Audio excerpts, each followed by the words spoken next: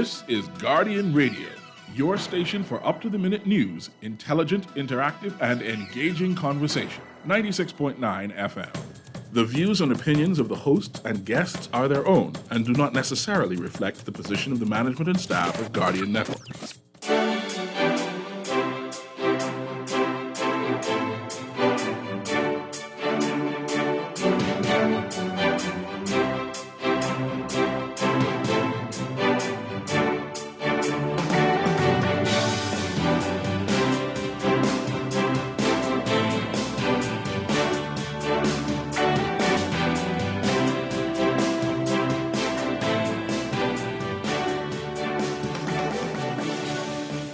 Good afternoon, ladies and gentlemen, and welcome to the Political Review. My name is Quincy Parker. It is my absolute pleasure to be your host for this weekly dose of politics in the 242. Of course, politics is kind of a religion for us in this country, so I know that you get your politics almost where you get your air to breathe, but we like to think that we do it a special way here at the Political Review. We've deviated from our more policy-driven conversations of the last year because the general election is drawing nigh. At the very latest, it'll be May 10th next year, which means that it is election time. It is time for campaigning. It is time to see candidates on the ground. And some weeks ago, we had PLP Chairman Fred Mitchell on to discuss the PLP strategy. And we had Attorney General Carl Bethel on to discuss the F&M strategy. And today, we are delighted to bring you a conversation with the leader of the Democratic National Alliance, the inimitable Orinthia Komolafi, who is, I will say to you, Ms. Komolafi, there are a number of people who are excited to hear what you have to say when I mentioned to them that you would be my guest on today's show. So I look forward to a wonderful, direct, no lotion, no long talk conversation. That's how we do it here on the Political Review. So welcome and thank you for joining us. Well, thank you. It's good to be here. And of course, I expect nothing less than direct from you, Quincy Parker. So it's a pleasure to be here, and I look forward to a great afternoon of conversation. Indeed. I feel that I need to qualify what you mean by you expect nothing less than direct from me.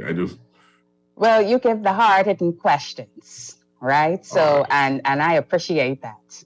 All right. Because I have been on occasion, and you will not believe this, I know, called rude, and I am to the people who consider that to be the case.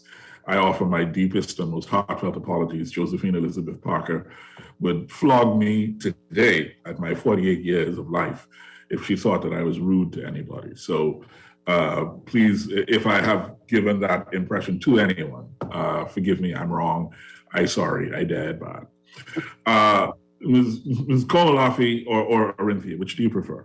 Either one. I'm fine. I'm not caught up on it. All right. So there are some fundamental sort of foundations that I think we need to ask to sort of just get them out of the way.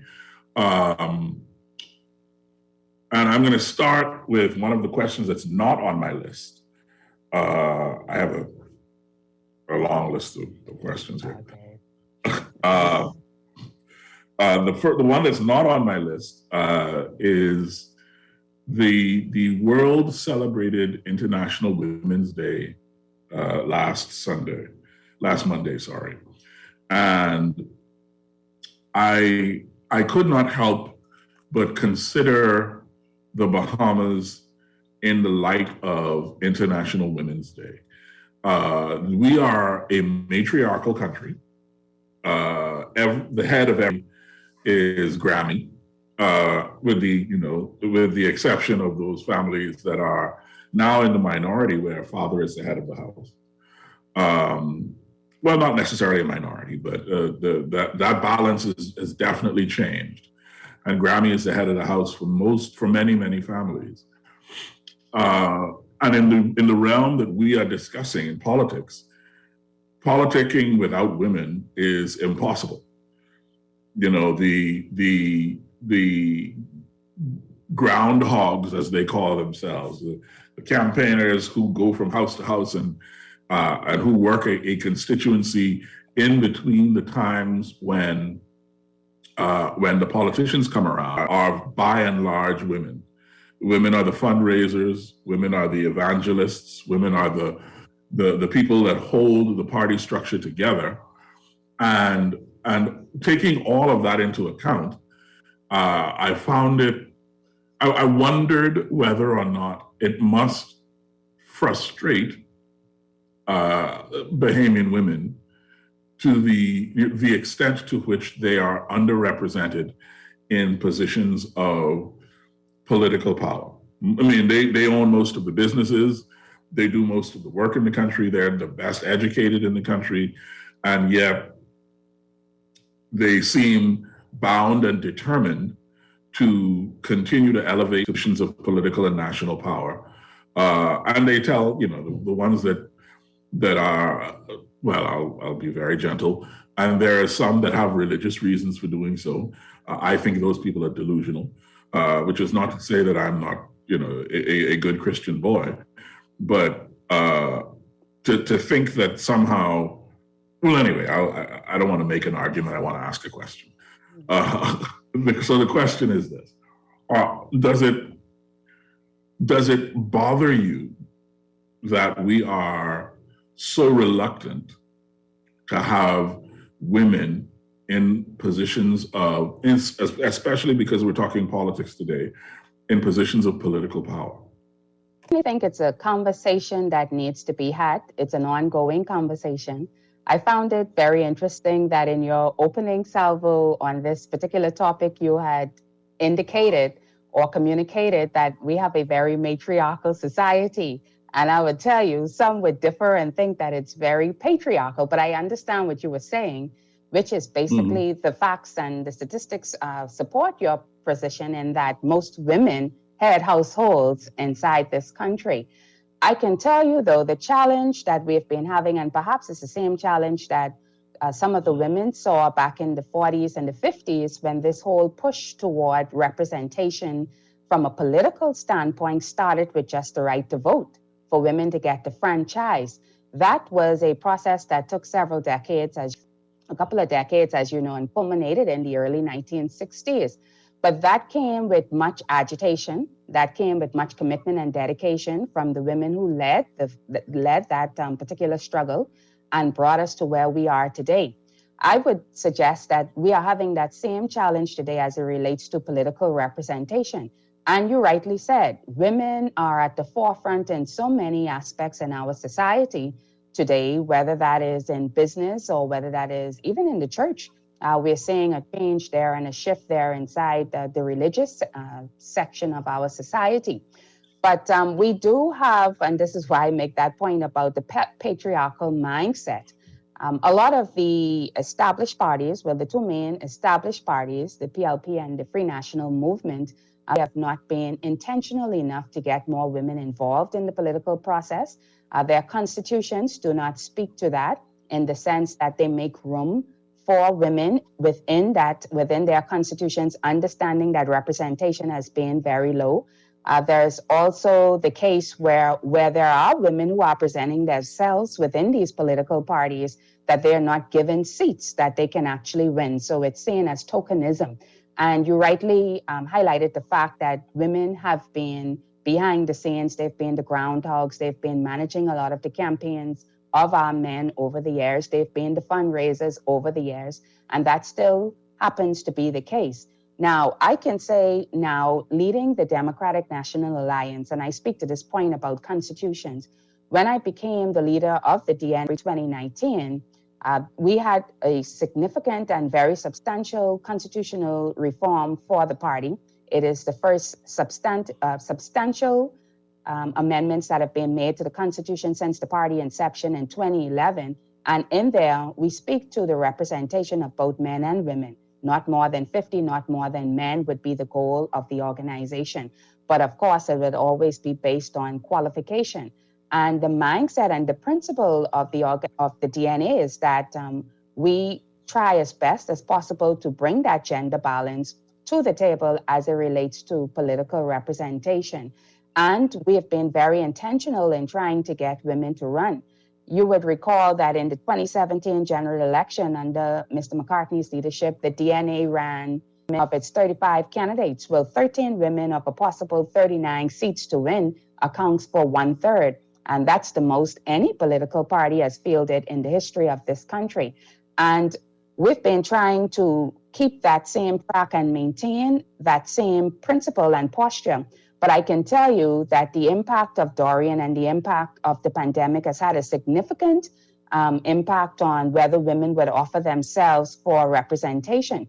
Leading the party in this season, we've had a lot of women who have applied during our candidacy process, but many of them had to withdraw for the very reasons that you mentioned, that they are the head of the household, and in a lot of cases, they are the sole persons within the household bringing in the income to be able to look after their respective family. Women have been faced with these challenges in not having the support that they need in order to come forward for political representation, and that support either from a village of persons to be able to assist with looking after children or elderly loved ones or disabled loved ones that they may be caring for, or even financially, and being able to step away from their jobs to be able to put themselves forward, or step away from their businesses to be able to put themselves forward. So that is a real conversation that we need to be having.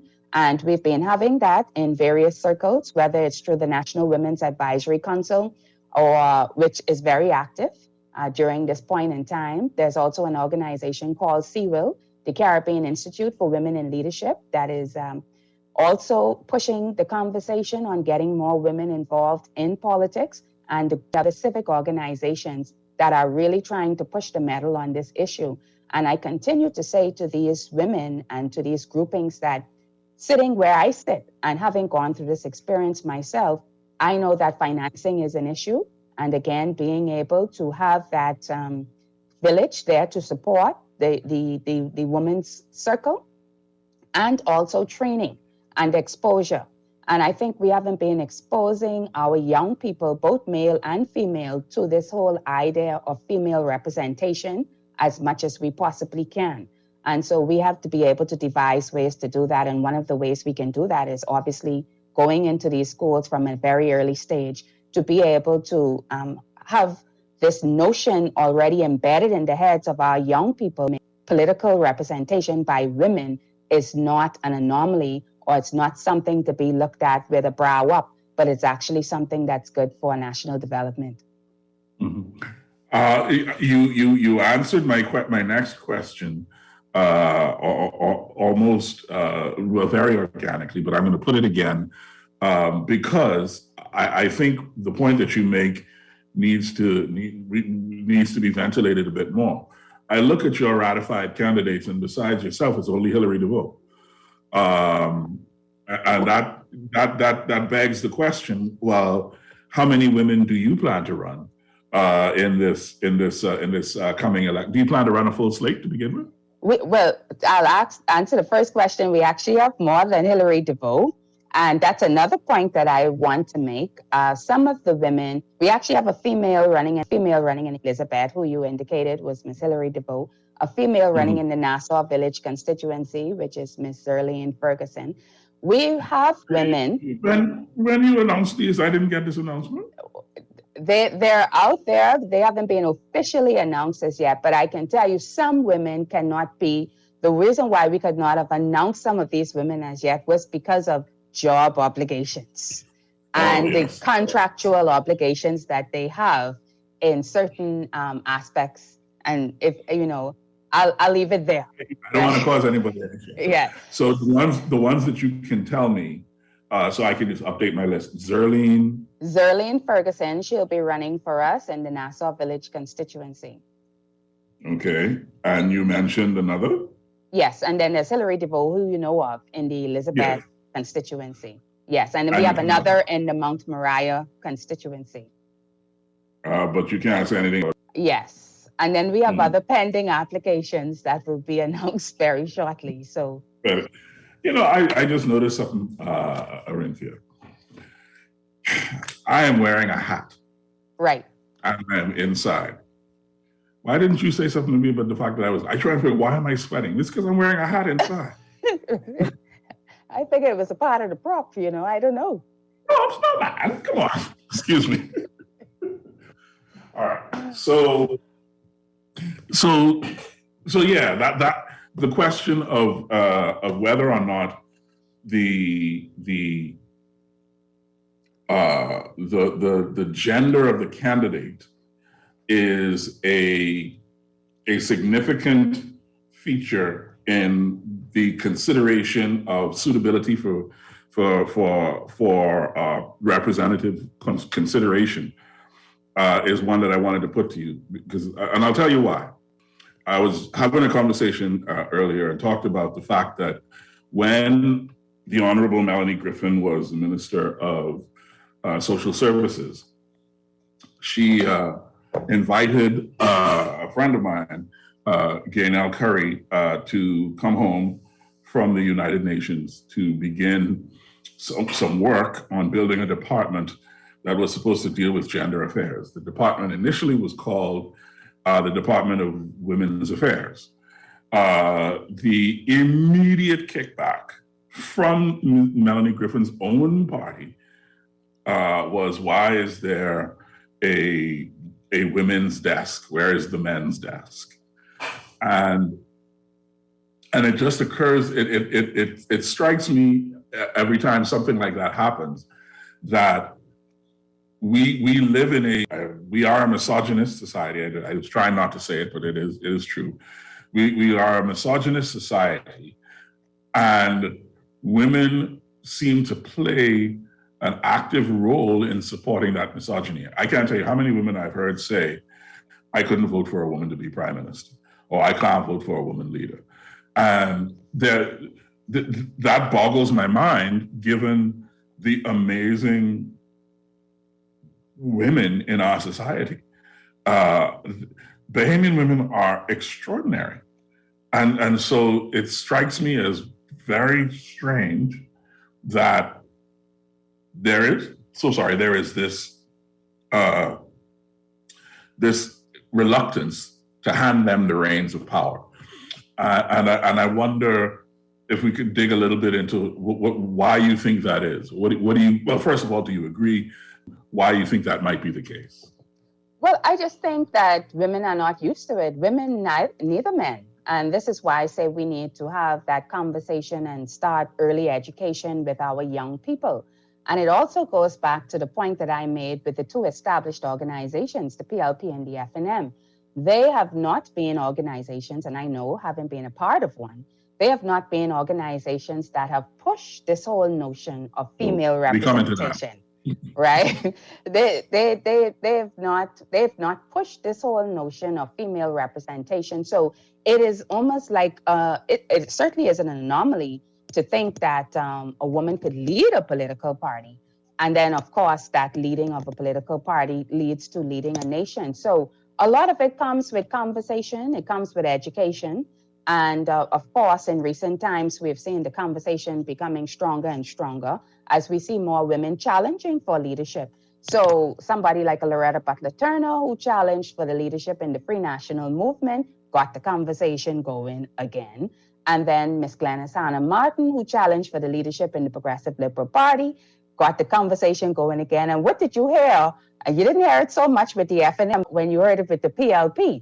Miss Hannah Martin needs to stay in the kitchen. But who said she was ever in the kitchen in the first place? But it just goes to show you, I mean, this is a woman who has a very long career in politics.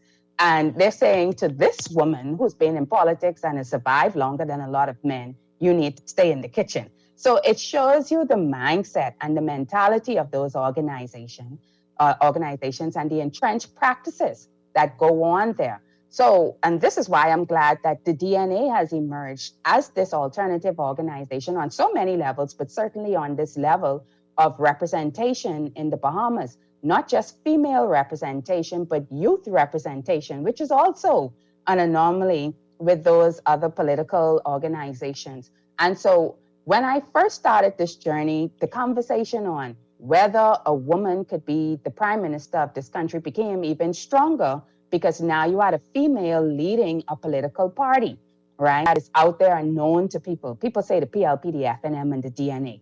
So now this conversation becomes even stronger.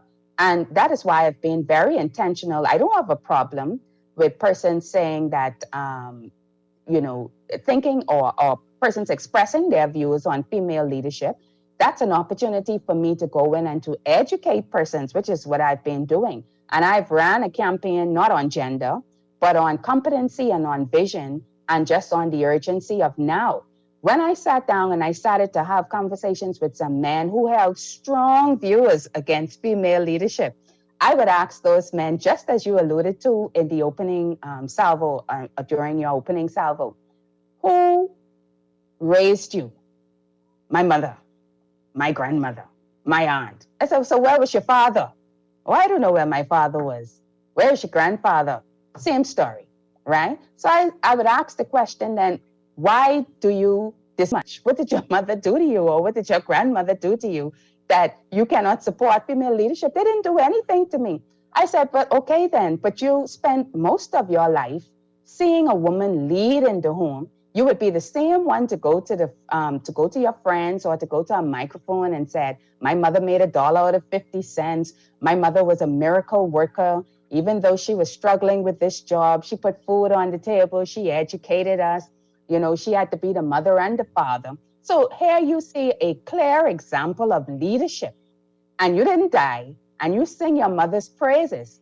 But are you saying to me your mother is only good enough to raise you, but she's not good enough to ascend to the heights of politics in this country? And would you want that same thought process emanating or passing down to your daughter or to your sister?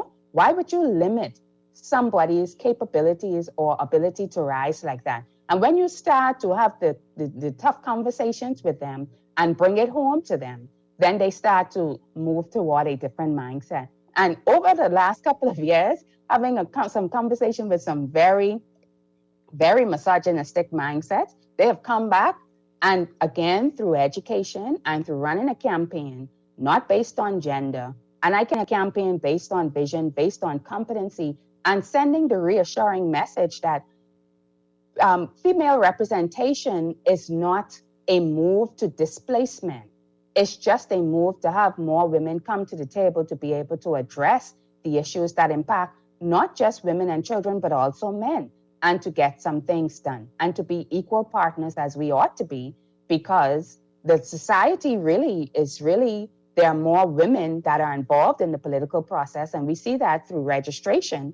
There are more women involved in the political process than there are men. So it just makes sense that more women should rise to the top, because clearly they understand how politics impacts their life, whether for good or whether for bad. Mm-hmm. You touched your having been in the other party, and we'll come back to that, as I had a very interesting conversation that corrected false narrative as to why you were no longer with the party. And I see that you addressed it on your website, but let's deal with it now. My understanding is that you were the golden child in the eyes of one Perry Gladstone Christie. Initially, I had thought that you left because you were being squashed. But I was told, no. She was the golden child. So really? That's what I was told. Yeah. So having been the golden child, what would make the golden child deplane or depart the party? I think it was just maturity on my side. I always tell persons, I've been open about it. I was a third generation PLP. My grandma back in 1953 when it was formed. And she was a faithful supporter to her death in 2016. And my mother then joined, and she became a founding member of the youth arm of the PLP, the Progressive Young Liberals. And so it's just like with everything, because we were a PLP family, I became a PLP. And it's just like because we were a Baptist, I was a Baptist. Because we attended a particular church or went to a particular food store, to this day I still shop to that particular food store. So it was just a creature. We were just creatures of habit, which most of us were, until we got to a level of maturity. I did work in the Christie administration, and I know the Christie family. Our families are very close, and the Christie family has been nothing but nice and kind to my family, right? So I would forever be grateful for that. And when Mr. Christie became the prime minister again in 2012, and we worked to, I say we, those of us who were members of the PLP at the time, worked very hard to have the party not sit in opposition for 2 consecutive terms, and clearly came back with a landslide victory. Persons thought the Free National Movement would probably be done for a while based upon that victory at the time. And when I was in that administration, knowing the type of prime minister that Christie was during 2002 to 07 and chasing a lot of foreign direct investment, I had spoken to Mr. Christie myself personally and said that I wanted to work with small businesses because I wanted to develop that sector. I had, up to that point, done a lot of studying and was following a lot of the movements in the aftermath of the crisis, the financial and economic crisis, and saw the negative impact that it had on the Bahamas, being a service-based industry and not having the cushion that we needed to be able to survive as best as we possibly could during these external shocks. And so I wanted to develop that sector, the small business sector, with concentration in agricultural development and energy, moving toward efficient energy, as well as manufacturing. And so I said to Mr. Christie, anything that you would have in the administration, I would be open to. I was offered spots in the Ministry of Financial Services and Trade and the Ministry of Investment and the Bahamas Development Bank. I chose the Bahamas Development Bank because it was right up my alley in wanting to work with small businesses. I didn't even know that it was a position that was available, but it was put on the table. And of course, I got that. And I was very, very committed to the Charter for Governance. Even when I prepared the strategic plan, when I went to the Bahamas Development Bank and served as the managing director, I built that strategic plan from the Charter of Governance. The Charter of Governance spoke to moving toward food security, moving toward energy security, moving toward the empowerment of the Bahamian people. And I believed it. I soaked it up. And then here I get the opportunity to be up front and to sit in the administration. And we're not moving in that direction fully. Now I give credit for BAMSI. BAMSI was a good step in the right direction.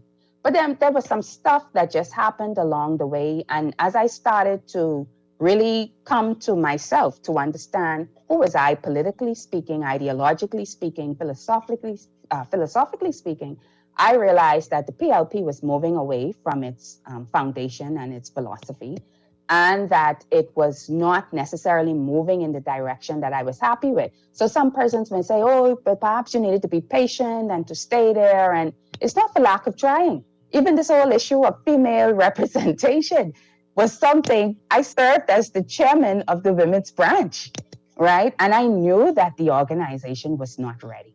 And clearly, that was proven to be even stronger. It was proven to be right, even stronger when we saw the challenge with Ms. Glenna Hannah Martin, right? It was a slaughter. And despite the fact that it was even just a slaughter, it was just a mindset that came out when people were saying, stay in the kitchen and so on and so forth. So the fact of the matter is, I was ahead of my time in there. I could not push the policies that I thought would be good, not just for the party, but for this nation. It was very difficult because we were even proposing constitutional amendments when I was the chairman of the women's branch, constitutional amendments to the party's constitution. When I was talking at that point about quotas, about more representation on the party's ticket, and the party just was not ready. And then we did not go to convention. And this was something that we wrote to Mr. Christie on as well.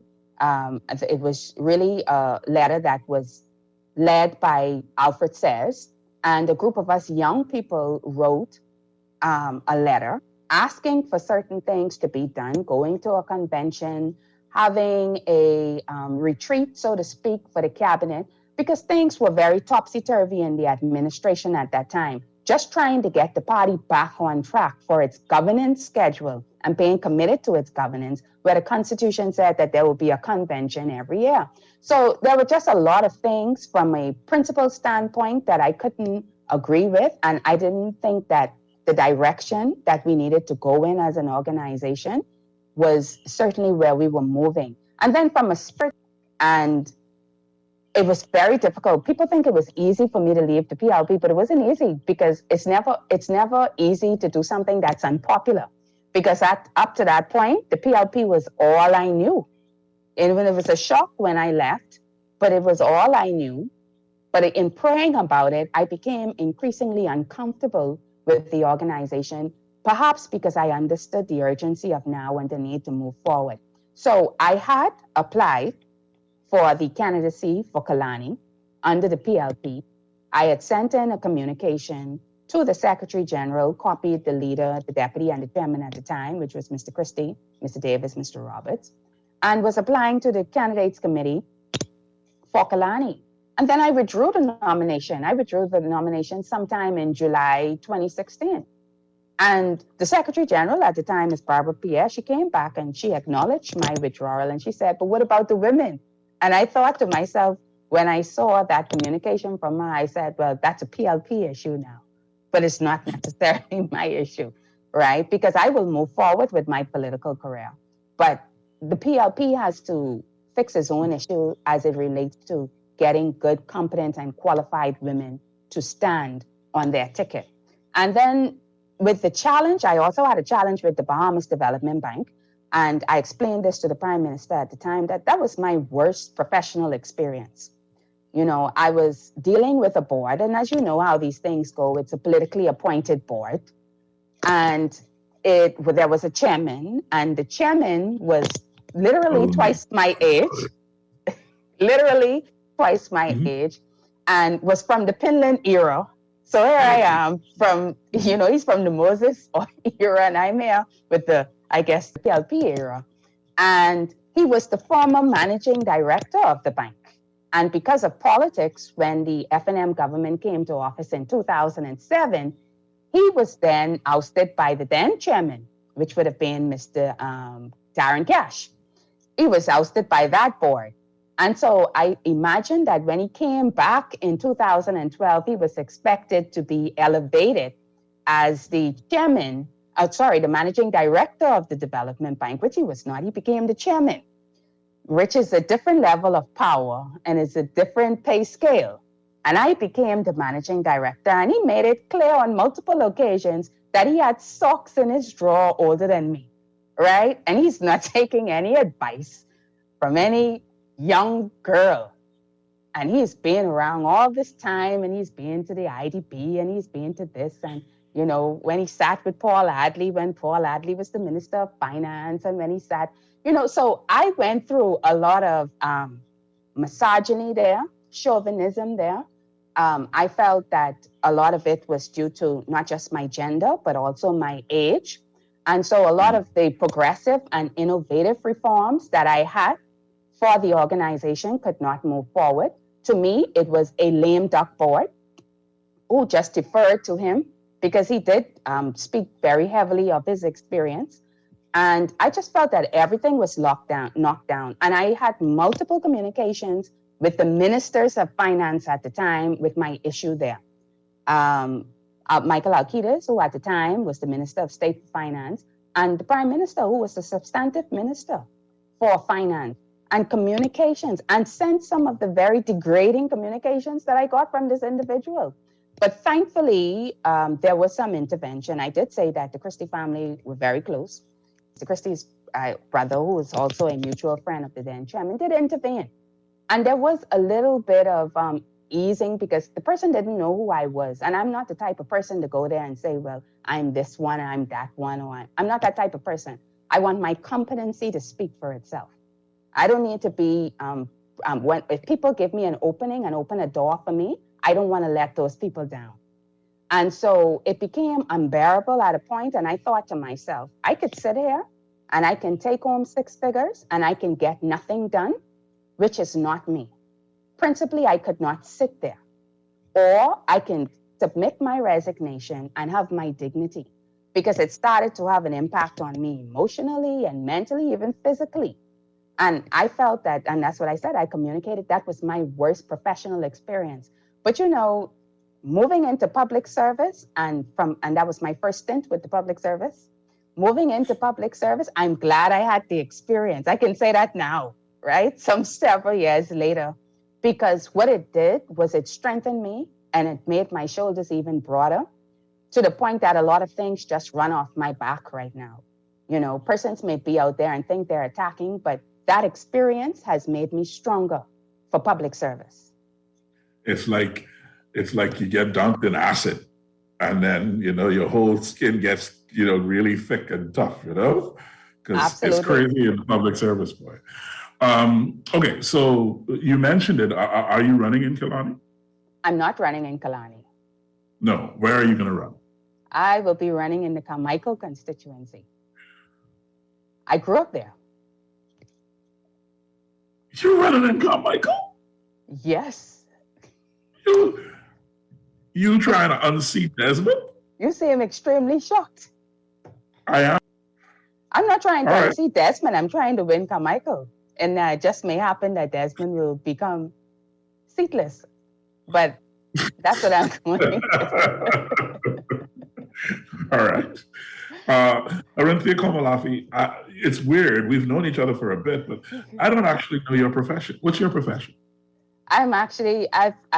I've worked in law and financial services. I'm a lawyer by profession, and I've worked in wealth management in the financial services sector. I knew you were a lawyer. Yep. I told 4 people that today. And they were like, "You sure?" I'm like, "Yes, I'm sure." But now I was like, okay, let me just ask, because whatever. Yeah, I'm almost 20 years. I'm almost 20 years called. I was called to the bar in 2003. So I've been called now for almost 18 years in England and Wales, and also in the Bahamas. Oh, yes. Congratulations on your upcoming. What is the 20th? That's paper? No, paper is the first. Yeah. I think maybe 25 is when you have the silver jubilee, but I'll be honest, I don't even really mark it like that, because how I got into law was even very interesting. My first loves were accounting and finance, and that's what I studied at the College of the Bahamas, and that's what I studied when I went abroad to London. But the law kept drawing me. It kept drawing me, but I'm glad I did it. Mm-hmm. It's something that's always enacted. You have presented an entire different show for us to have just now. We're gonna have to have that show another time.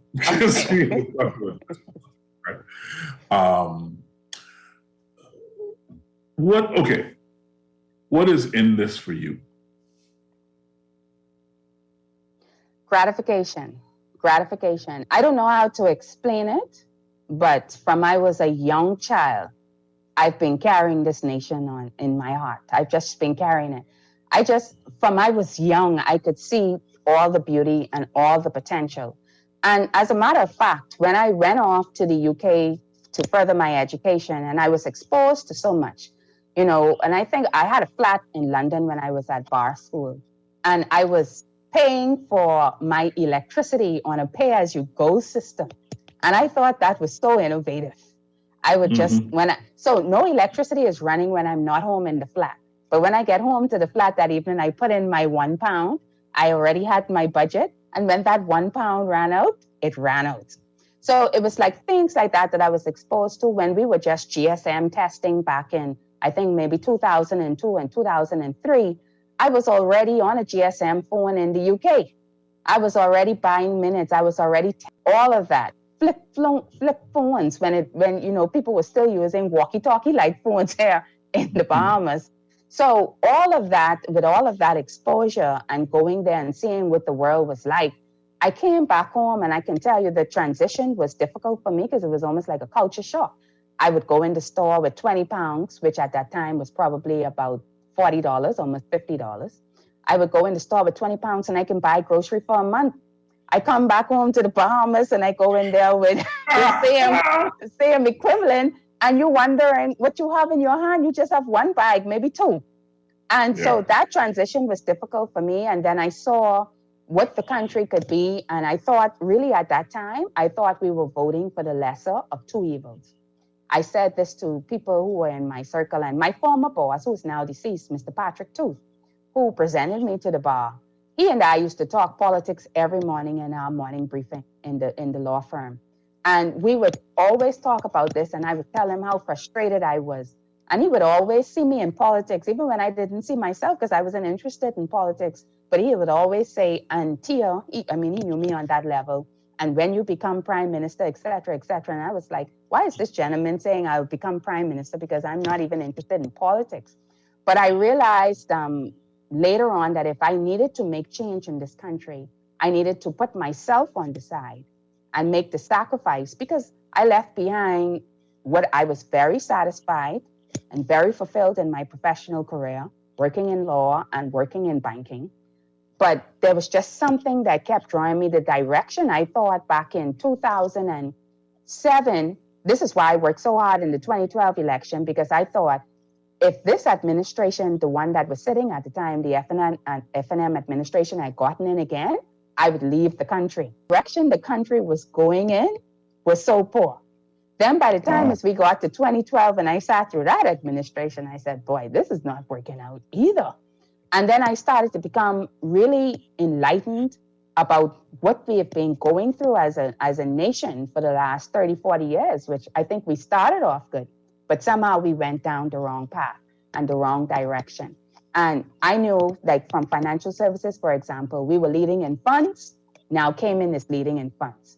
We were leading in insurance. Now Bermuda is leading in insurance. We were leading in track and field. Now Jamaica is leading in track and field. And, so I see Barbados is now trying to develop its financial services sector as well, too, with the help from the European Union. So everything I saw that we were leaders in, we weren't even building on that. We were regressing. And that was very frustrating for me because I'm a sports fanatic. I love competition. I love the idea of competition, healthy competition. And to see the region taking us over in multiple ways was really becoming very frustrating for me. So I put myself forward, and I was prepared to just be a candidate, and I can sit under a leader and help that leader to help to make this Bahamas the best that it could be. But it just so happened that fate had it that I would move the path and walk the path that I would walk. So for me, it's gratification. It's seeing the Bahamas be the global leader that it could and should be. It should be a regional leader. And I believe that being a regional leader will lead to us being the global leader. And I think that there's so much talent, despite the fact that we're a very small nation, concentrated right here in this archipelago, that we should be exporting that talent in multiple levels. We should have more Buddy Hields, more Shawnee Millers, more Stephen Gardners. I say it all the time. More Sidney Poitiers, and those who are prepared to stand up and to hold that aquamarine gold and black flag in their hands and proudly say, look here, I'm a Bahamian. These are my roots. And I stand here as an ambassador for this country. Talent resides here.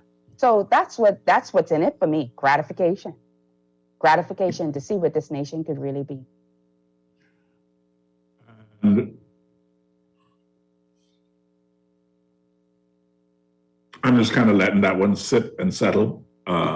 Occasionally on the show, when somebody says something that I think people need to hear, I'll just leave it alone for about 10 seconds. So I didn't freeze. I'm just letting people hear what you said. Yeah. So what do you bring to the table that's different? I bring vision. I bring competency. I bring leadership country. I'm sorry, I just want to, because I want to be very clear. I said that's different. It's different. I guarantee you it's different. Do you believe we have vision now? Do you believe we have competency now? Do you believe we have leadership now? Are you suggesting there is no vision, no competency, and no leadership? I think vision is lacking. And I'm not talking about a good plan here and a good plan there. I'm talking about a comprehensive view of where we could be and what we should be. That is lacking. I don't see our leaders really standing tall and really carrying this nation with pride. But And Brave family used to be farmers. yeah, well, many of our family used to be farmers. We were all subsistent. We were a farming and fishing village. and Brave is 70 years old. Do you realize 70 over 70 plus? I was somebody had made mention the other day about the fact that the PLP was coming up to, I think it's going to be like 68 years. And I thought to myself, wow. And the leader of the party is close to that age. So imagine. But the point that I'm trying to make is that if Mr. Davis is coming up to that 10, or he's at the 10, if his parents were subsistence farmers, many of our grandparents, in my case, it would be great grandparents, were subsistence farmers. So that's not an anomaly, right? But you sat in office, you came from that lineage, very strong lineage of farming, and you sat in office for 2 terms as a senior minister. But we don't see the agricultural industry flourishing in this country. We're not able to sufficiently feed ourselves and then go. I don't just want us to be planters and farmers, and I want us to own the farms, produce the products, process the products, export the products, and create sustainable jobs for Bahamians, and also have the capacity to be able to earn foreign currency and to be able to really position this country as a producing country, as a leader in the region. There are more countries. Jamaica is a greater producer than we are. Trinidad is producing. Even Barbados is producing on some level. But they the Bahamas, precisely. Precisely. But here's the Bahamas, and we have the land mass, we have the skill set, we have the brand. People would want to come here, but we lack the vision, and we lack the leadership and the competency to take us to where we need to go. So yes, they're there, but they have a good plan here and a good plan there, but bringing it all together is not making sense. We need somebody who has a comprehensive view, which is what I bring to the table, a comprehensive view, and taking a holistic approach to leadership in this country, not an ad hoc approach, which is what we've been subjected to over the last couple of decades. An holistic approach to the development of this nation so that we can maximize our full potential. Okay, and so you bring vision, leadership, and competency. And if I were to ask, yes, organization and order. That's the next thing. Order, yes. But those are some of the traits, yes. You said order with I don't know if you shoot pool, but I do. You put English on that word order. You put some English on that. I do shoot pool. I'm very good, actually. You shoot? Yes, absolutely. Yeah, we'll have to have a game once. Okay. Now listen, I just played Nesbits and Bright Leads. Don't come around me if you can't shoot, you know. I could shoot pool, I tell you. All right. American or British, whichever one. Take your pick. She won't play British. Okay, all right. So one of these days we can meet up at Nesbits. You bring Emmanuel and I bring my stick. Absolutely. Oh, he'll beat you. He'll beat you too. Yeah. All ladies and gentlemen, you heard it live on this show. The gauntlet has been thrown down. We have to do this Facebook Live. Parker versus Komalafi. Absolutely. Amen. No, but you was in your mind when you said order, and I'm curious. Yeah, I think that's one of the stronger traits of leadership, the fact that you can bring some level of order, and we've seen that. Mr. Quincy failed. Yeah, so that I think it's things like that shakes the confidence in the voting population, the electorate. If persons feel that there's a level of order. Even if you look at political parties now, if you can maintain order at the political party level, it's likely that you won't be able to maintain order at the governance level. And so when we look at some of the challenges, that's why I say people are shocked and surprised to see that what appears to be that this particular administration is falling apart. Well, I'm not shocked or surprised because I've seen this in their opposition period, that the Free National Movement lacks order and a togetherness. And it's I don't know why people would not believe or are unable to see that if that is the case at the party level, that will certainly transcend to the governance level on the national scale. So order is very, very important. In fact, that was one of our selling traits as a jurisdiction, the stability in our democracy, which we still have a level of stability, but this instability that we have had in our political process, where we've been back and forth between the PLP and the FNM, has caused a level of regression and has also shaped investor confidence and, of course, the electorate's confidence, which, as we have been witnessing within the last decade, at least maybe a decade and a half, we have not had any substantial foreign direct investors coming forward to the table to invest significant amounts of capital that will have a positive.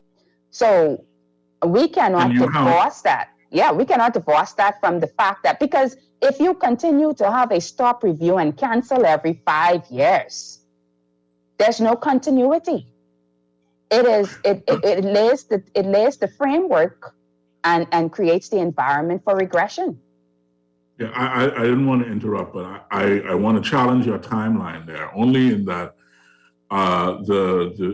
because the initial Bahama Agreement was signed in 2011, I suppose you can make that argument that it's been a decade, or that it's been a decade. But are you suggesting that because the whole premise of both administrations is that government is continuous, and that a deal made with the previous administration or administrations gone by has to be honored, or else our word as a country is not good? Are you saying that they have not lived up to that continuous government? Well, let's take your example of Bahamas. So that was a deal that was negotiated during the first Christie administration. Let's not forget that was 2002 to 2007, when I would admit that was, I say it publicly, that was one of the best economic times that we've had in governance in a very long time. In 2002 and 2007, because we had a significant amount of foreign direct investment. The Bahama deal was signed prior to that administration coming to a close. And if you recall, when then Prime Minister Ingram became the Prime Minister in 2007, a lot of the deals that were on the table was subject to what became known as the stop, review, and cancel policy. So if you go from all the way back in 2006 or 2007, when the deal was the first heads of agreement, to the point that when Mr. Ingram had to get on a plane to go to China to salvage the deal, to the point that the Christie administration comes back in office and we have challenges there with that Chinese deal, to the point that it never really opens until the close of the last Christie administration. And it's really still ain't completely open. Absolutely. And then it doesn't really take off until Ministers' administration. So and it's still not completely finished. People don't know that. Exactly. So now we're going through the other phase now, right? Where they're developing the water park and everything. We're talking about how much years is that? So we can use Bahama as the top precedent for the fact that not been having continuous government. Urban renewal scratched. BAMSI not moving forward in the way that it needs to be moving. You know, Christie comes and he passes the NHI, he wants NHI. Ingram comes in and he puts in National Prescription Drug Plan. Then the Christie administration comes back and say, we want it full. We want everything. Then the minister administration comes back and say, we're tabling that. We're probably going to do. There's been no significant movement on that. So how is that continuous? This is a back and forth we've been subjected to.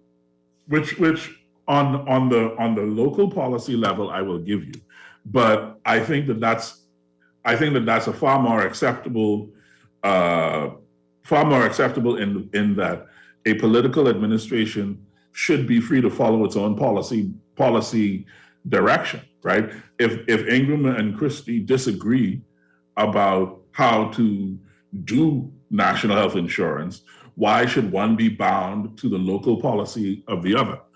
It's what I'm talking about is deals outside of the country, and that's where I'm having a little trouble necessarily locking in on your narrative there. So that's why I say we've had continuity as a democracy. Mm-hmm.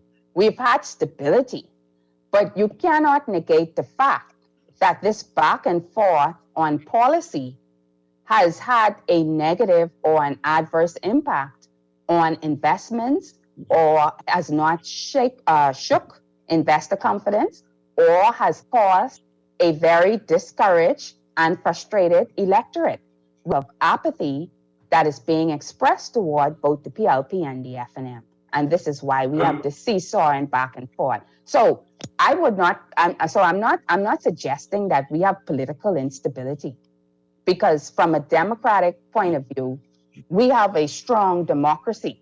I mean, from a government point of view, we have a strong democracy.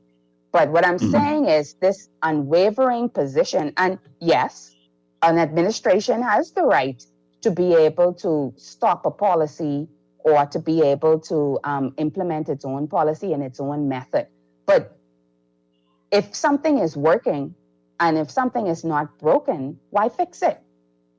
All in the name of saying, I want to put my policy forward? Now, Arinthia Komalafi, are you saying that you actually believe NHI was working?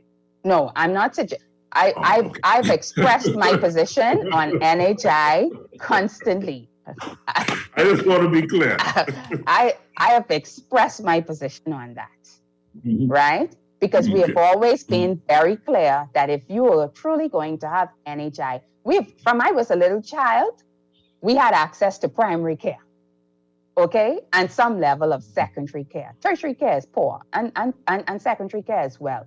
But you cannot have NHI on the scale that you want to have it on with that Princess Margaret Hospital or with that Rand Memorial Hospital. I mean, you just cannot.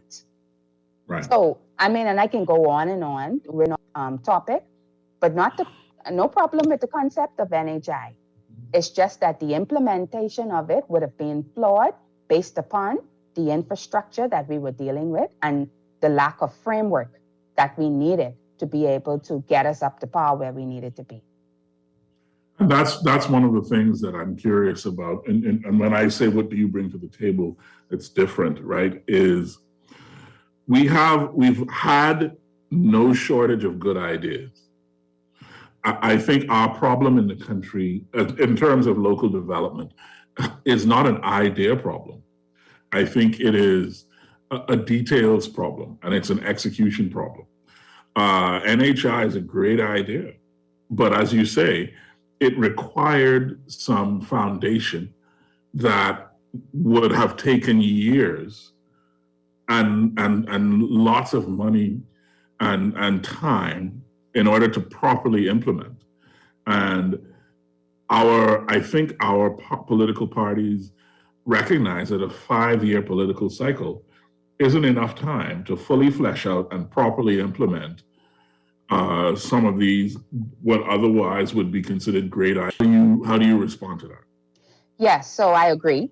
We are not short of ideas, and the Bahamian people largely know what needs to be done, but we do lack the political will. I will tell you this, when I got to the Bahamas Development Bank and answering your question about what do I bring to the table. And it's simply just that, right? The will to get the job done. I moved into the Development Bank, which is a building that was owned by the Hotel Corporation. And having been exposed to the private sector and working in the financial services industry. And I've been to a university, the University of Buckingham, that has bragged about being the first and at the forefront in technology, and they were. I worked for a private Swiss bank that has bragged about its development in technology and being at the forefront of the cutting edge being there, and they were. And I get into the Bahamas Development Bank, and the Bahamas Development Bank is still stuck in the 20th century. So I move in there, I have to change a whole phone system, move it from even update the cable so that we can move from analog to digital.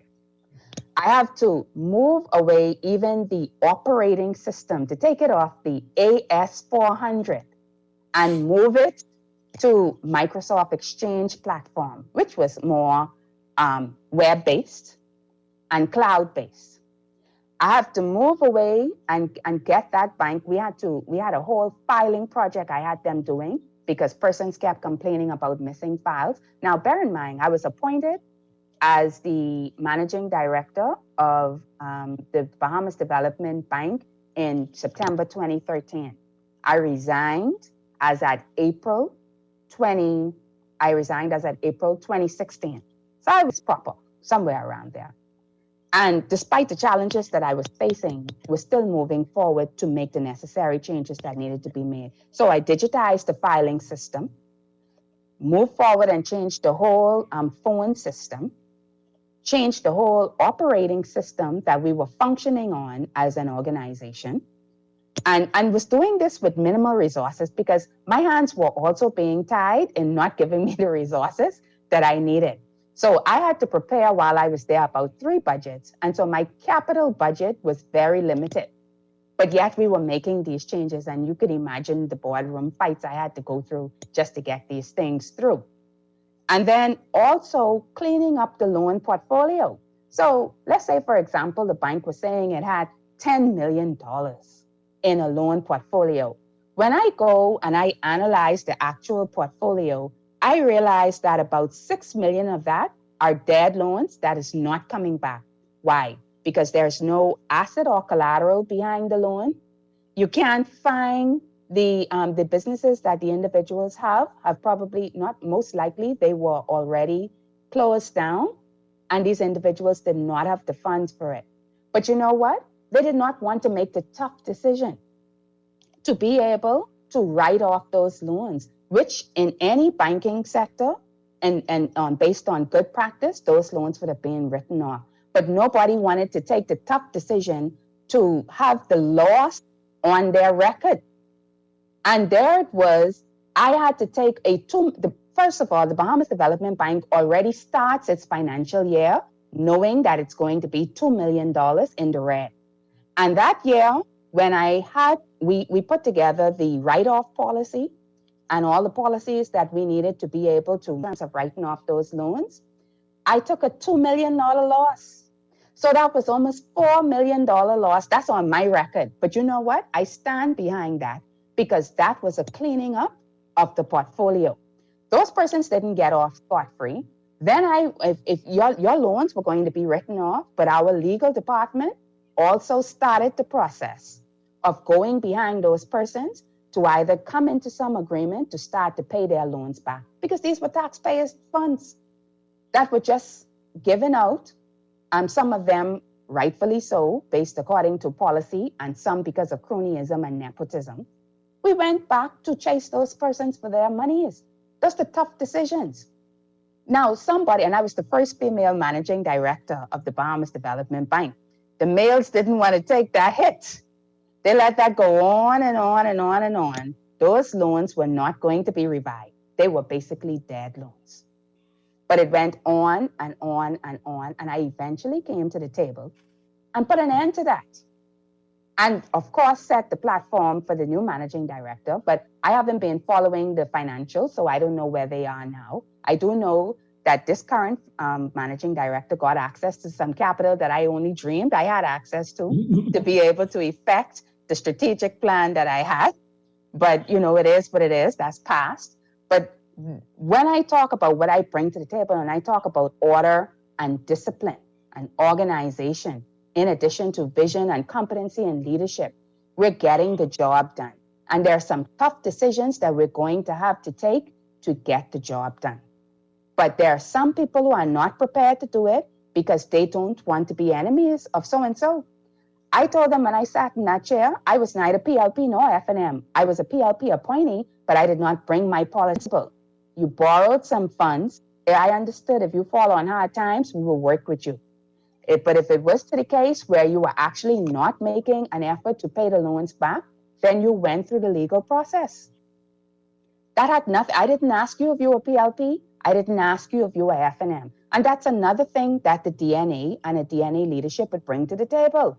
There's not this blind loyalty to your colors. I'm going to prosecute. If I'm the yellow person sitting in the chair, I'm going to prosecute the red person, but yet let the yellow person go scot-free, and vice versa.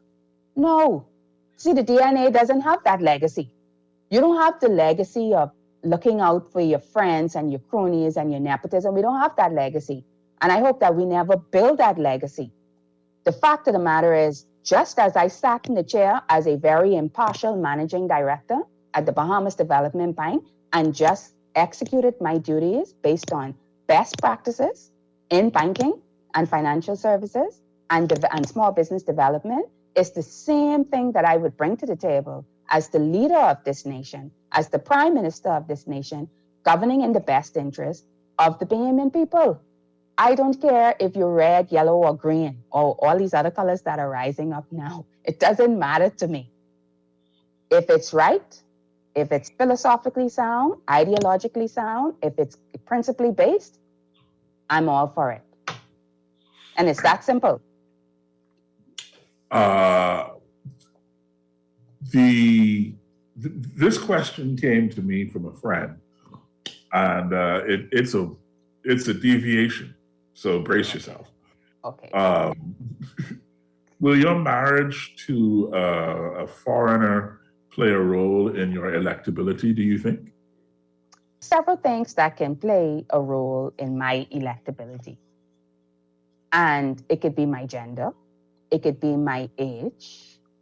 It could be the fact that I'm married to a non-Bahamian and I carry a name that is not Anglophone. Right? Because that's another thing. We've been so indoctrinated in our Anglophone names that when we hear an African name, it concerns us or it scares us, which speaks to the fact that we have not been fully educated on our past, on our ancestry, and where we come from. That we can laud and celebrate the Anglophone name and not an African name. And we know what we do with the Francophone names. That's a whole nother story, right? Yes. But we've been able to Anglicanize even some Francophone names, and people don't have a problem with it, like DeVoe and Delaveau. People don't naturally think that that's a Francophone name. They think that's a Bahamian name. But Orcadet. What's that? Orcadet. Orcadet. Yes, absolutely. Yes. So I think, though, what persons may perceive to be a weakness also serves as a strength. So some may have seen my gender as a weakness, but I'm the type of person I can take what is a perceived weakness and turn it into a strength. The same thing with my youth. And the same thing with the fact that I'm married to a non-Bahamian. In the case of my husband and I will be celebrating almost 16 years of marriage next month. And my husband has been in the Bahamas for that period of time. And he has contributed significantly to this country, having worked in the financial services industry, and has, like the case of Ruth and Naomi, has taken the posture, my people shall be your people, right? And he has come here a law-abiding citizen, one who pays his taxes, one, when he makes his contribution, is making his contribution in the best interest of the Bahamian people or the development of the Bahamian people, and supports me in my bid as a politician and to be the leader of this country. To me, he's an asset to this country. And so if him coming to the table will impact my electability, I would hope that it impacts my electability in a positive way, because what he brings to the table is positivity, and what he brings to the table is an asset to this country and not a detriment. That would be my response to that particular question. Oh, and I endorse what you have said. My own knowledge of Emmanuel is that you are telling the truth, and I bless him and sanctify him in the name of all that is decent and holy. What about your relationship with Christie and the PLP? Do you think that is going to influence how people perceive you as a DNA and a non-aligned individual with the other people? How do you mean? Bahamians are prone to see conspiracy theories and see connections where there may be no connections. Ira was the leader. There was talk that he had secretly worked out a deal with the FNM, or that he was sent from Ingram to the DNA to do something to the DNA or whatever. I'm not sure what the conspiracy theory was, but I was just curious about whether that had come up in your, aside from the fact that that's your history and whatnot, whether or not people have asked you any kind of crazy questions like that. I can't say that that is the case now. It's funny that you asked that, because then it makes me have to jog my mind to think back. Mm-hmm. But I would say in the beginning, obviously, when I joined the DNA, because of theories, as you said, when Bahamians were very good with conspiracy theories, a lot of persons questioned my commitment to the DNA because of my strong background from the PLP. And, you know, for me, I feel one of the best ways to address criticisms is just do you, and just be what it is that you have committed to do. And in that particular instance, I worked and demonstrated my commitment to this cause where I was. If I'm with an organization, I'm with an organization. I'm not 1 foot in the grave and 1 foot out. So even at this time, I'm not 1 foot in the PLP and 1 foot out. I'm 100+% in with the DNA, and in leading this cause and in leading this charge. There are no secret deals. There are no secret conversations. Transparent and accountable organization. And that's something that I brought to the table within the DNA as well. Whatever major decision that is going to be made in this party, I take it to the council, which I had. The council of the DNA is like the board of directors of, well, it's like the management team of the DNA. And a lot of the policy decisions are made there at that level. And any serious conversation that I have is brought to that table, and we discuss it, and we come to a conclusion by consensus.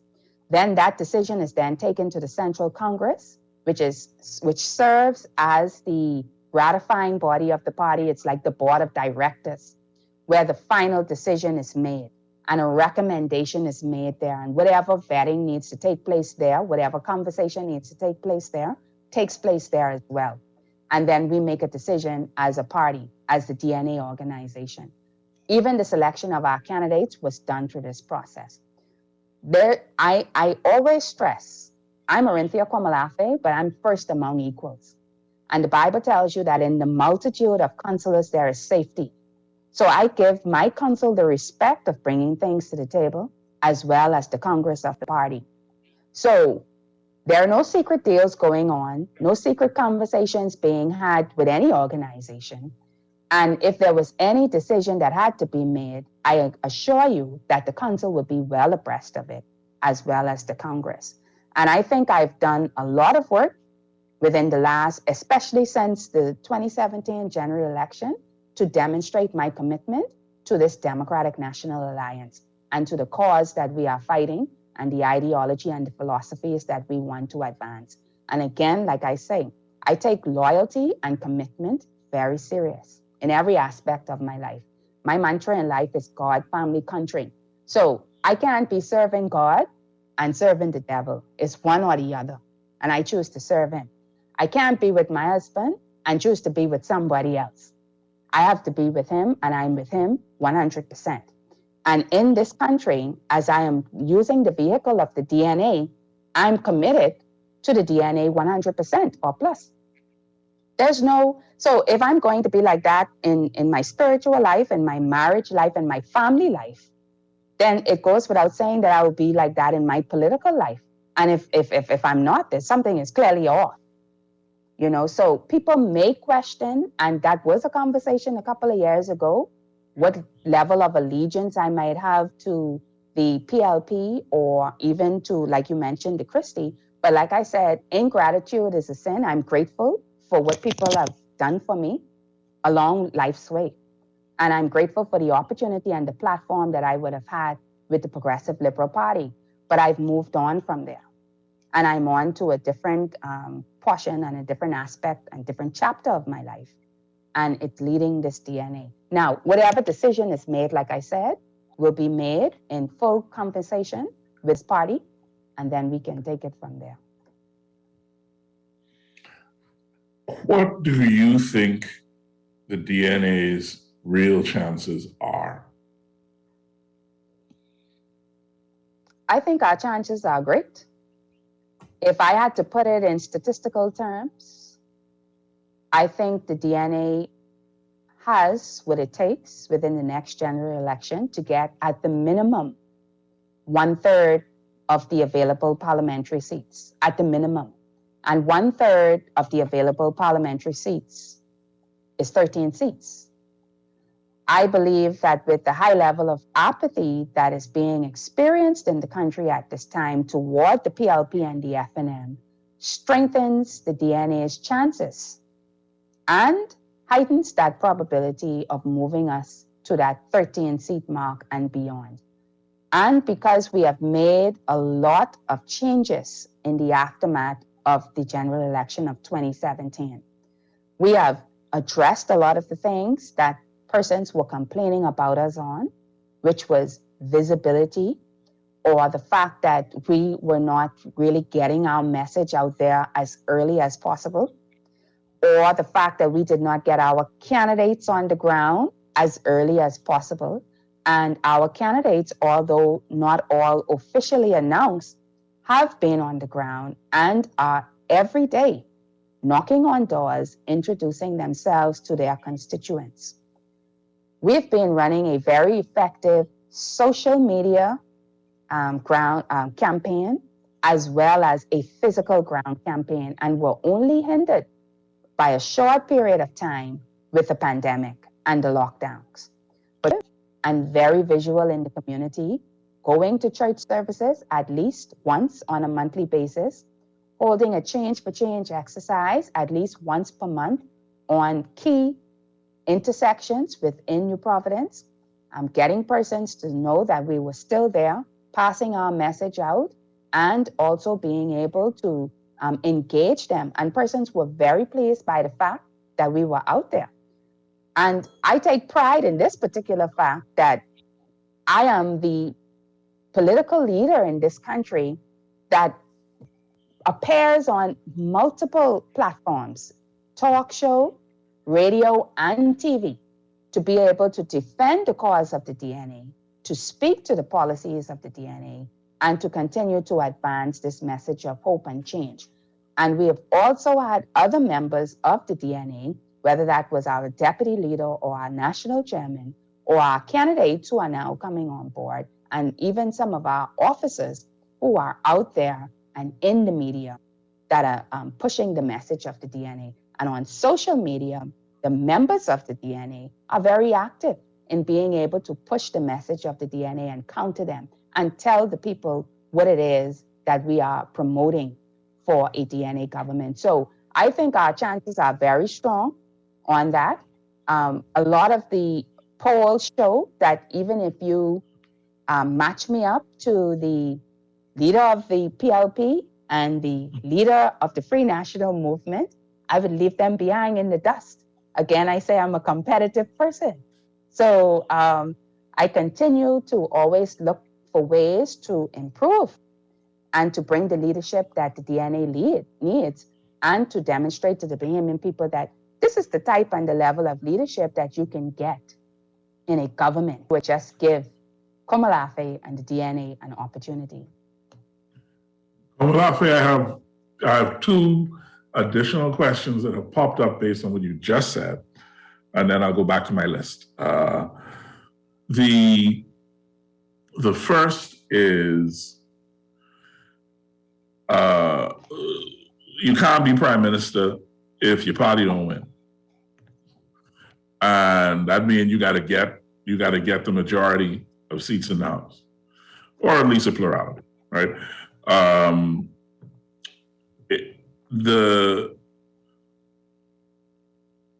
It occurs to me that you could have Desmond Bannister is a tough candidate to beat. It occurs to me that you could have chosen an easier victim to try and overthrow than Mr. Bannister. That's a question. What makes Desmond Bannister tough to beat? What makes Desmond Bannister tough to beat? Just the record of his wins. That's all. Well, I mean, I don't know a case where Desmond Bannister has won consecutively. In fact, I don't know the last time in Carmichael that the incumbent has held that seat. I can't tell you the last time. That seat is now with Desmond Bannister. Before that, it was with Danny Johnson. Before that, it was with the late Charles Maynard. Before that, not Charles Maynard. My pardon, he was in Golden Isles. Before Danny Johnson, it was Desmond Bannister. And before that, it was John Kerry Watson in the Adelaide iteration. So I can tell you from the days of Frank Watson, when that entire backstretch going straight into Adelaide community, that seat has been held by an incumbent. That, in political terms, is a bona fide swing seat. And Desmond himself haven't sat in that seat before. But to be fair to him, he did not mount a challenge the second time around. But still, he probably saw the writing on the wall very strongly that the seat would swing, and the seat normally swings with the administration, with the sitting administration. He's not looking too good right now, and neither is his administration. I'm sure you would agree with me on there, maybe not publicly. Moving on, the other question that popped up was, and I know that this is not a way that you are allowed to think as a leader and as a competitor, but what would cause you not to win?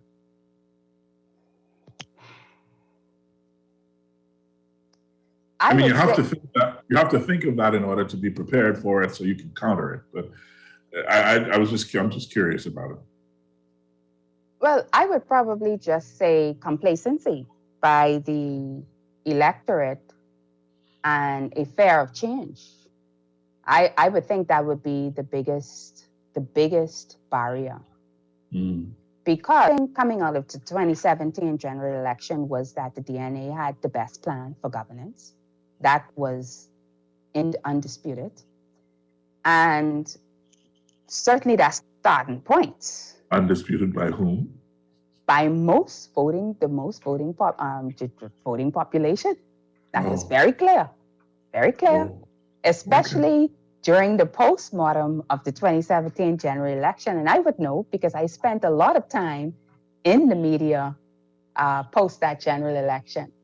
Mm. So I would say complacency and a fear to change would be a key factor in the DNA not winning. I meant you personally, but okay. Oh, you meant me personally? Yeah. I thought you were talking about the DNA. Okay. No. I mean, we were still talking about Carmichael, but okay. I can move on. That's fine. That's fine. Don't worry about it. If you want me to answer, I can answer, but I think it ties in together because obviously I think I'm a formidable candidate. I mean, I don't know one great person or one person who has been successful in their vocation who has said that person over there is better than I am. You can acknowledge strengths, you can acknowledge the talents and accomplishments of an individual, but I think you're starting off from a position of defeat if you're going to concede and say that person over there is better than I am. Which is why I said, knowing the competitor that you are, that question was not intended as a serious question for you. I know you think you could beat the pants off of Desmond. It's okay. What is the DNA's platform? Can you boil it down? Can you condense it in a way that it's easily communicable in this forum?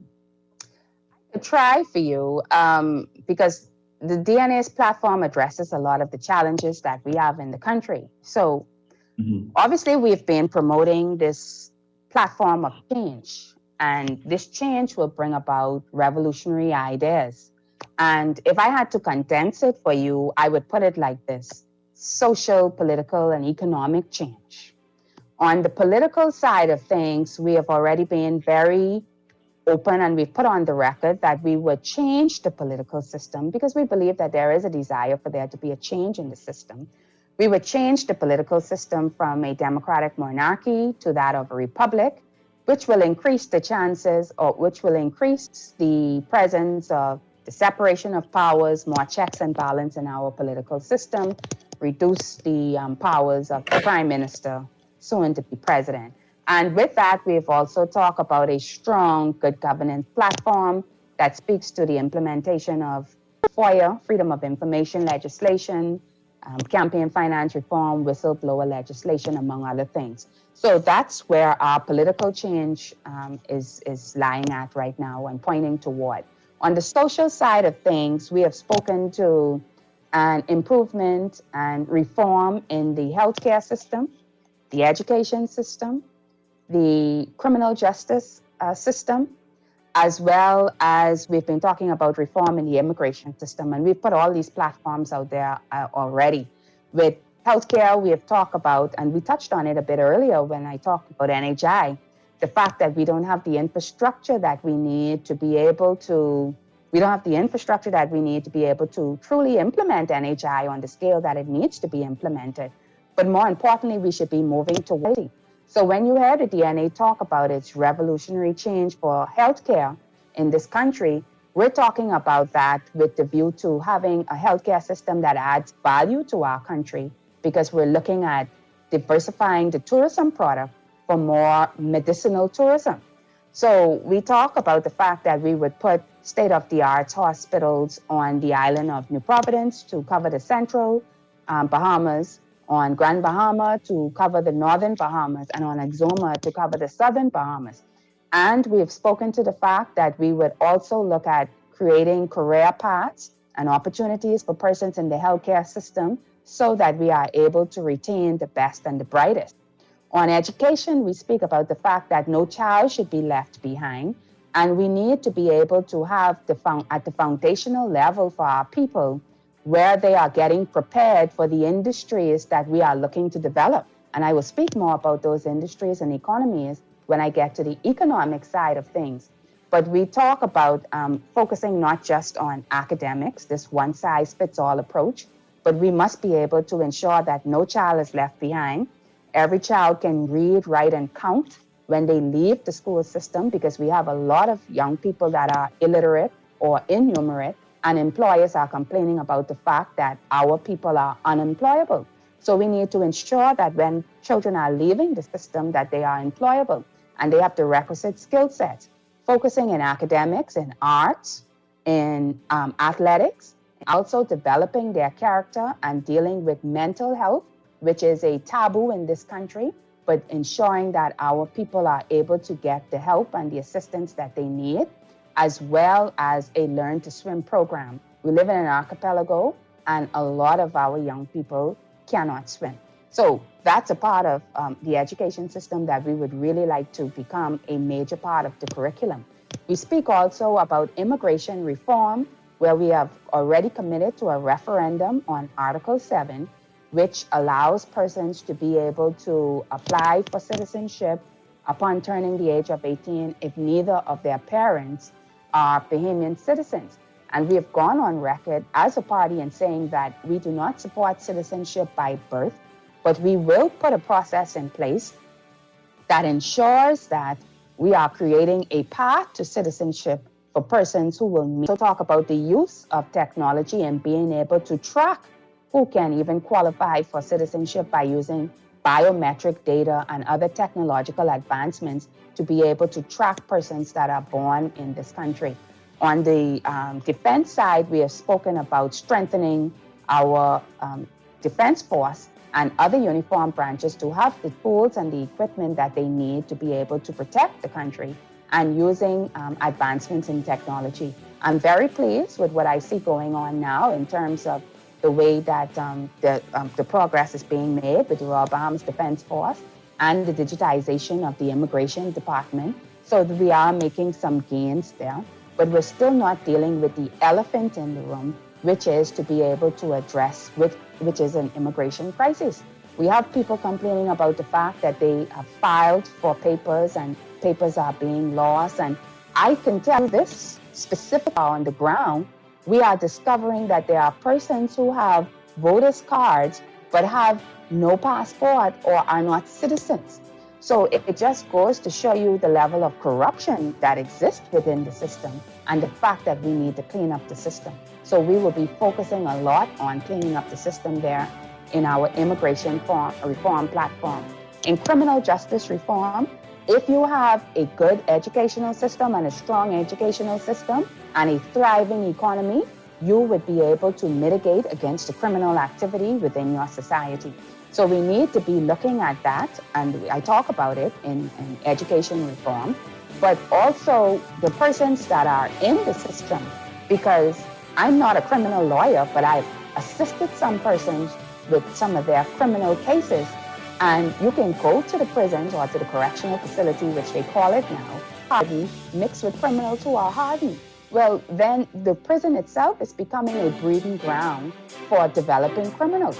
We need to be able to ensure that we are able to create the separation and that the correctional facility is truly a rehabilitation center, and that those individuals that are there for long periods of time are able to get the mental health help that they need, and where possible, they are able to get degrees as well, so that they are able to be indoctrinated back into the system once they come out of that prison system.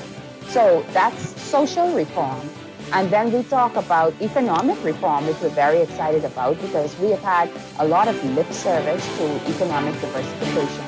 And having a background in finance, I understand the importance of having a diversified portfolio.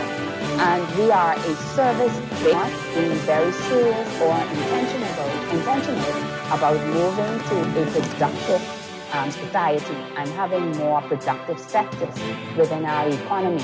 And this is where we speak to the blue, the orange, and the green economies and agricultural development. Now, agricultural development speaks for itself. Oh, sorry. There is apparently music playing in the background.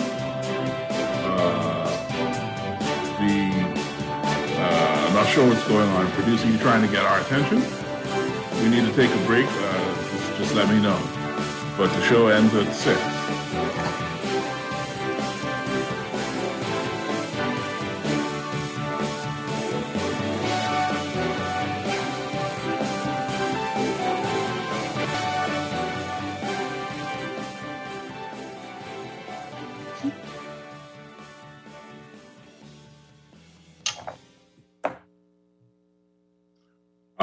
apparently we had a slight miscommunication with my home team there.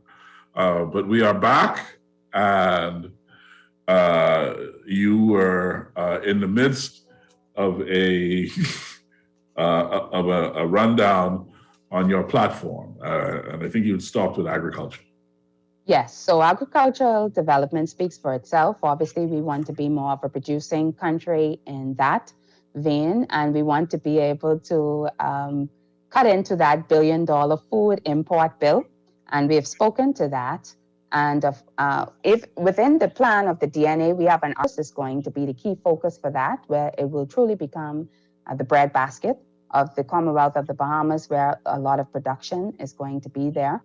So we've spoken to that, and not only have we spoken to just producing food for consumption, but we have also talked about the export value that we want to get out of it to be able to increase foreign currency earnings, as well as be able to get Bahamian products to the international market. So agricultural development. Then when I talked about the blue economy, that is more tapping into the fishing industry, expanding it more. I always give this message of, I don't want to buy, if people want to buy it, that's fine, because you have consumer choice, bumblebee tuna and Brunswick sardine, when you can go inside the store and you can probably get yourself your own Bahamian tuna or wahoo or turbot. These things are all possibilities. We have just not had the vision, neither the competency to be able to bring them to the fore. So we need to be able to can our resources as well for local consumption, as well as is a big part of the agricultural plan, as well as the blue economy. But also a part of the blue economy is focusing on ecotourism and really promoting the natural resources that we have there, whether it's in fly fishing, bird watching, the third largest barrier reef. All of that we need to be able to promote and get more value out of it than we are getting now. A lot of the promotion comes from third-party sources or persons who are aware of it, but we don't put too much emphasis on it. In the green economy, we have always been the leaders and always been promoting this notion of converting to alternative energy. Our governments have signed the Paris Climate Agreement.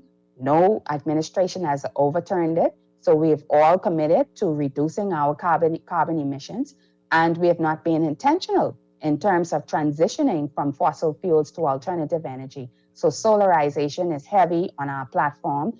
And even as it relates to maintaining the environment, because the environment of our land and sea resources is going to be crucial for us to be able to develop these new industries that we're talking about, particularly in the blue economy and agricultural development.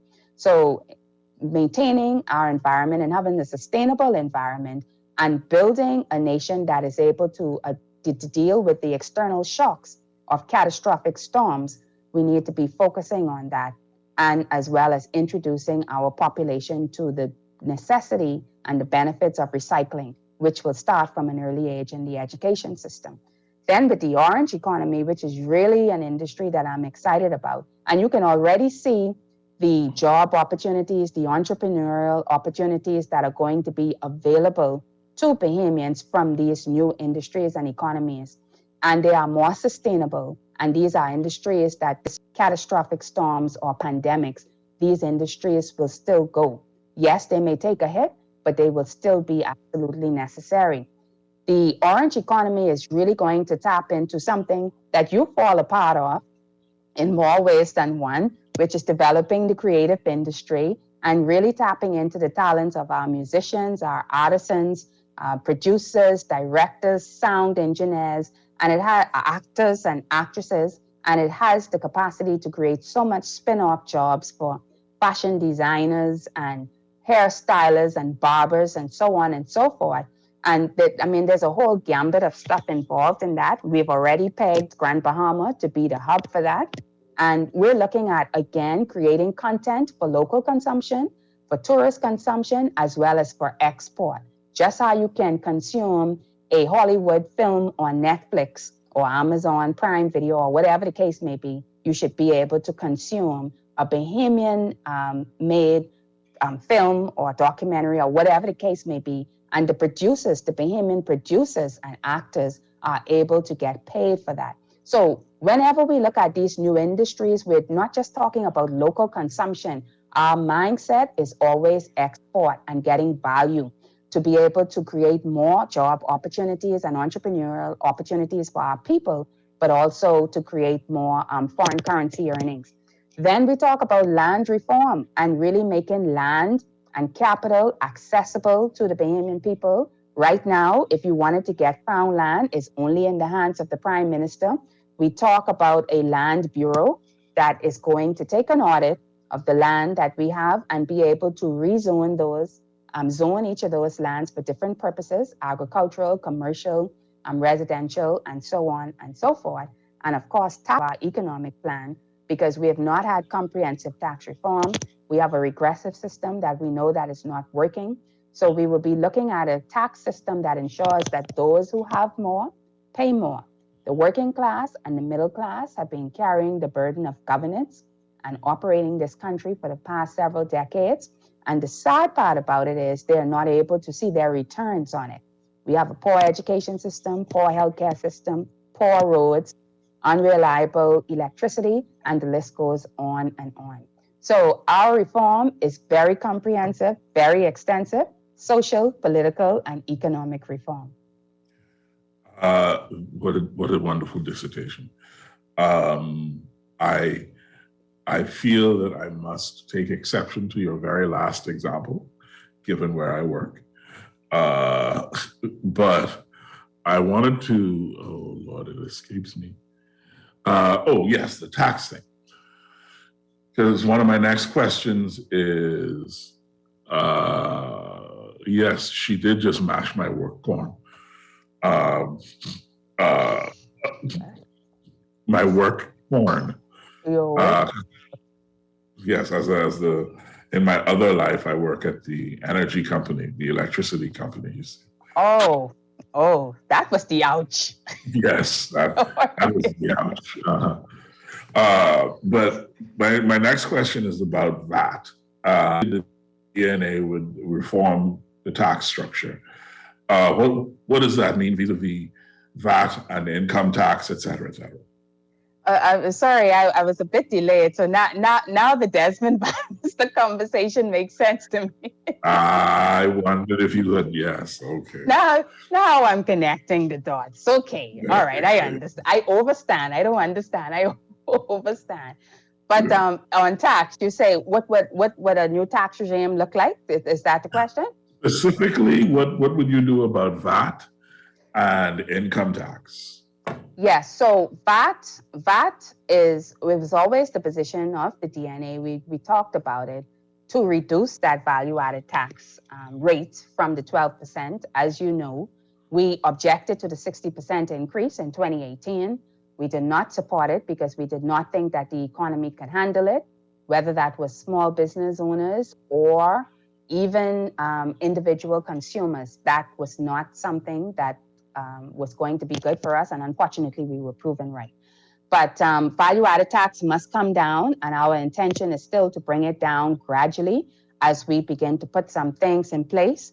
Income tax, I've said it when it comes to a progressive system of taxation, we are kicking the can down the road and delaying the inevitable. And I've talked about tax reform even in the context of speaking about income tax, whether it's both corporate and individual or just corporate, that it is going to be very crucial to rebranding the Bahamas as the international financial center that we continue to promote ourselves to be. And the Europeans continue to move the goalposts, and they continue to make it difficult for us to be able to function in our second largest industry. But we should not be waiting on the international community and outsiders to tell us what it is that we need to do. We need to be taking an holistic approach to how we are going to address the tax code in this country.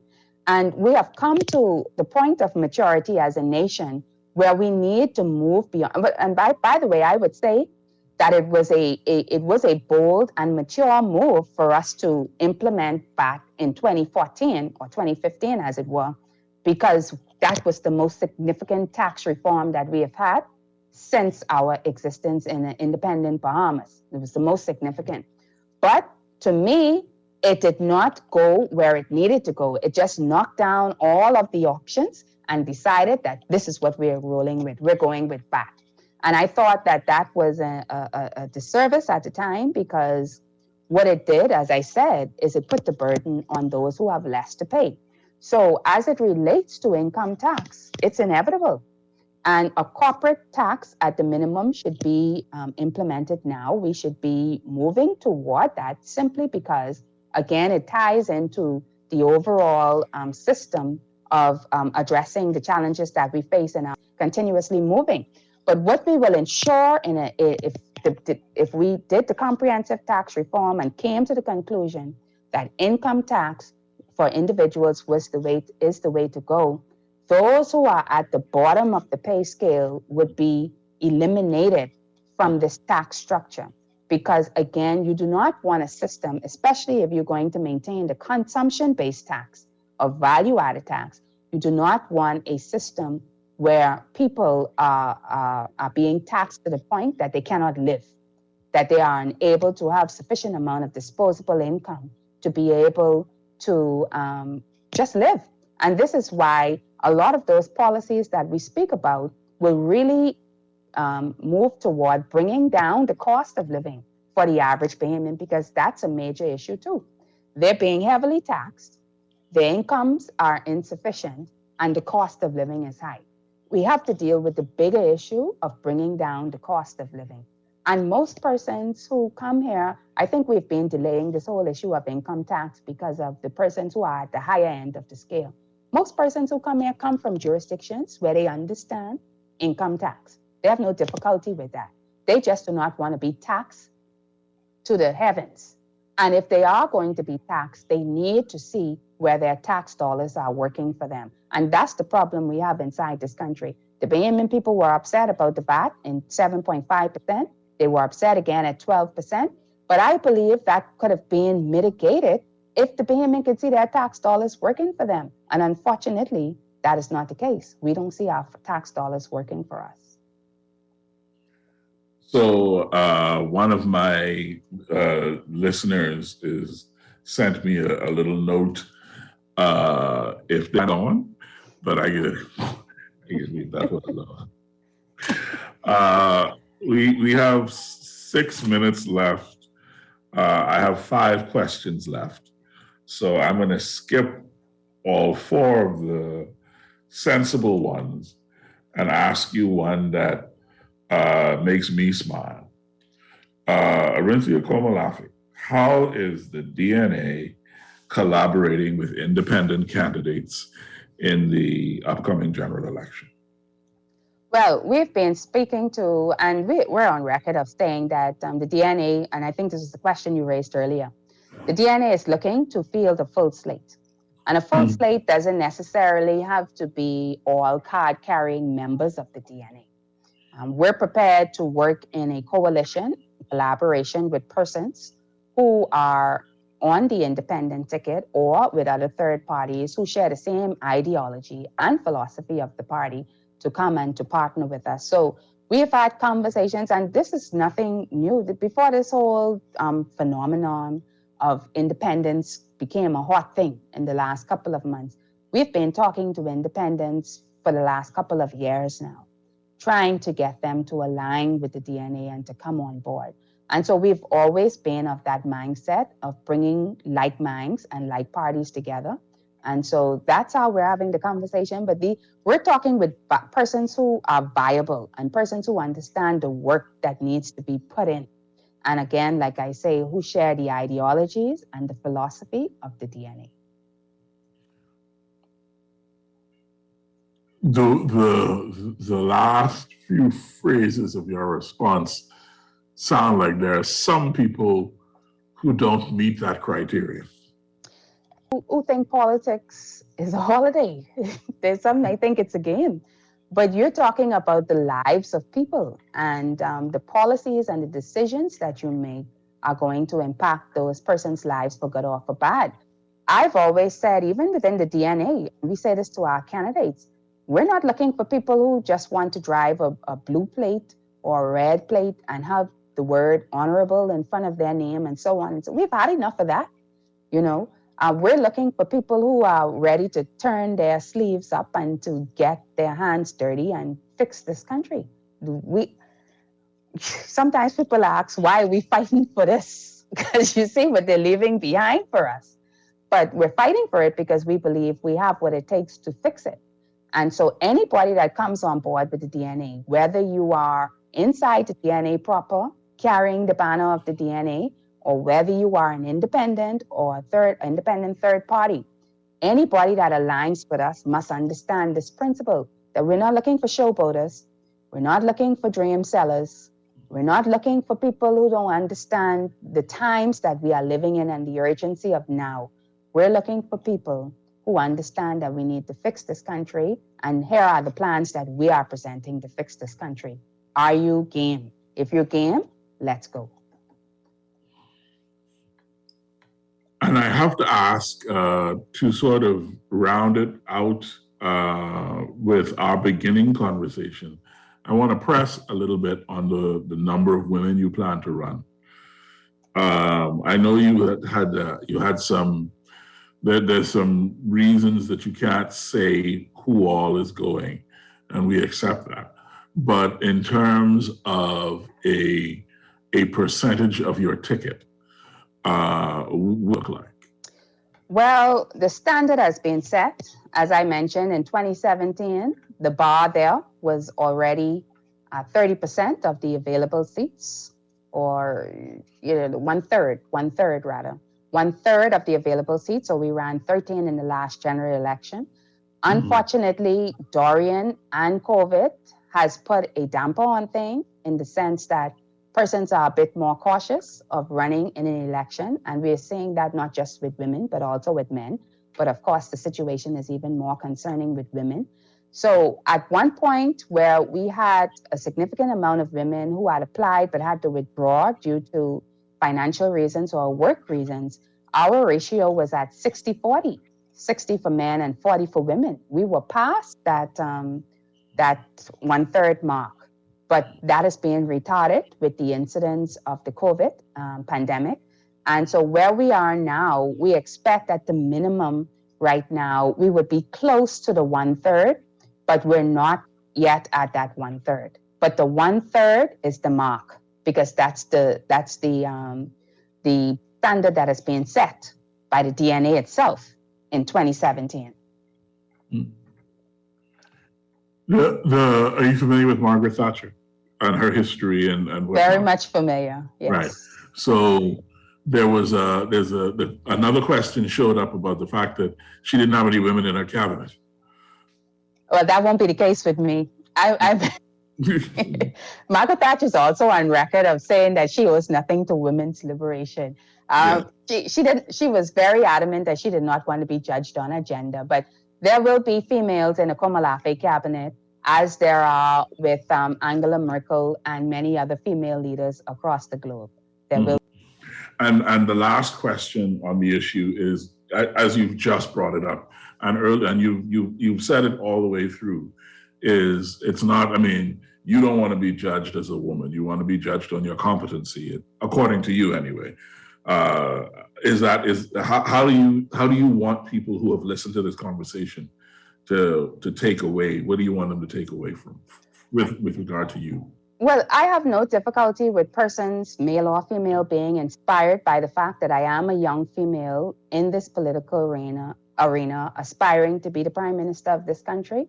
So if there's inspiration, I'm very glad if persons can be inspired by that. But what I really want people to see is that the DNA and its leadership presents an alternative to the level of governance that we've been experiencing over the past several years, that we do have a cogent, a comprehensive, and holistic plan to be able to put this country on the path to where it needs to be. We believe that these plans are very revolutionary and will bring about the change that we need. And we're asking the Bahamian people to give themselves an opportunity. To give the DNA an opportunity is to give yourself an opportunity to really see what you can be as a Bahamian and what this country can be as a nation within a regional context as well as with a global context. And that is what I would sum up again and say, that is something that will bring me gratification. That's the competitor in me. I'm even thinking beyond the PLP and the FNM. I'm just thinking globally to be able to hear people call the Bahamas as leaders in multiple things, not just one thing, but in multiple things.